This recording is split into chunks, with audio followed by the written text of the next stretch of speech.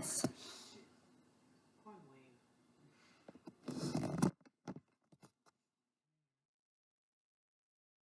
So my speech starts when I decided what program to take when I decided to go to BOCES. I decided that I wanted to go for culinary since I've always had a love for cooking.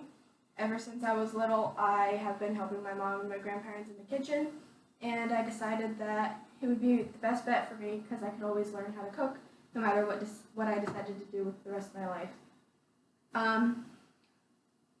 Probably the most significant day in culinary was the day we learned how to make bread. It started off with my chef teaching us the different types of bread and the different types of leaveners. One of the most important parts of making bread, probably the most important part of making bread, is the leavener you use, whether it be organic, chemical, or biological. For quick breads, you're going to use a chemical leavener, which is going to be baking soda or baking powder. For yeast breads, obviously you're going to use yeast, which is biological leavener. When you're using yeast, there's a special way you have to activate it if you're using dry yeast. Fresh yeast is yeast that you can buy. You put it in the fridge, and it's like this weird butter stuff. It's kind of gross. We used to use dry yeast, and that's what I still use.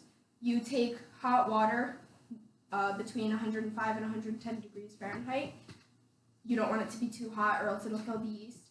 And you put the yeast in there, and a tip that our chef taught us was that you actually add sugar or honey, the sweetener that you're going to be using. You put that in there, and the yeast just thrive on it. They just absolutely love the sugar, like me. And you leave it sitting for about 10 minutes until it becomes foamy, and it starts to create this weird shaving cream consistency on the top. It completely floats above the water. It's pretty awesome. After that, you have to mix all your dry ingredients together, because one thing that I've seen in a lot of recipes is you just add the sugar to the yeast mixture, which I don't understand why they do that, because salt kills yeast. So you have to mix the salt into the flour and whatever other stuff you're going to be using, like milk powder or whatever. You mix it all together and you add the yeast to that, and you start to mix it together in your bowl until it starts to look like what my chef called a floppy dog. Pretty much it's going to pull apart from each other, and it'll look like it's never going to mix because there's too much flour. And you pour it onto your table where you're going to start the kneading process. And the kneading process, it's very therapeutic if you do it the right way. You have to push with the palm of your hand and kind of make it look like you're making a wave with your hand. You're just going to continuously push on it and turn it to the side, and push on it and turn it to the side until it all just starts to come together. The floppy dog appearance is going to completely go away, and it'll take about 10 minutes, but in the end, it should be a smooth ball to the point where when you're pulling it apart from each other, it doesn't rip and tear and look like it has its own fibers. It's just going to look like complete smoothness. It kind of looks like slime. I don't know. Some of you probably see that with your kids or whatever now. The next important part after you knead is rising. You have to let it rise the first time at the very least, or else it's not going to be right. It's going to be dense and it's going to be gross. It takes about an hour to 2 hours depending on the temperature of your house.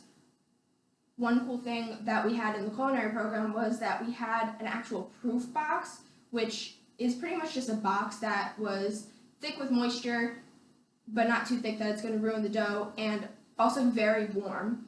You want it to be like 100 degrees or something like that if you're going to use a proof box, but if you're not going to use a proof box, then you just want a very warm environment. During the summer when I was making bread, my dough was rising twice as quick as now that it's fall and I'm making bread, because my house is much colder. So you're going to let it rise until it's doubled or tripled in size, depending on the type of bread you're making. And after that, you're going to punch it down, which sounds a lot more fun than it is. you pretty much just turn it out onto your counter from the bowl, and you smush it down until you hear all of the air bubbles pop, and then you're going to shape it into the shape you want it to be. You could braid it, you could roll it, you could flatten it out and pour cinnamon sugar over it and make a really good cinnamon bread or something. There's a million different ways you could shape it, and a lot of the time after you shape it, you're going to be adding more ingredients.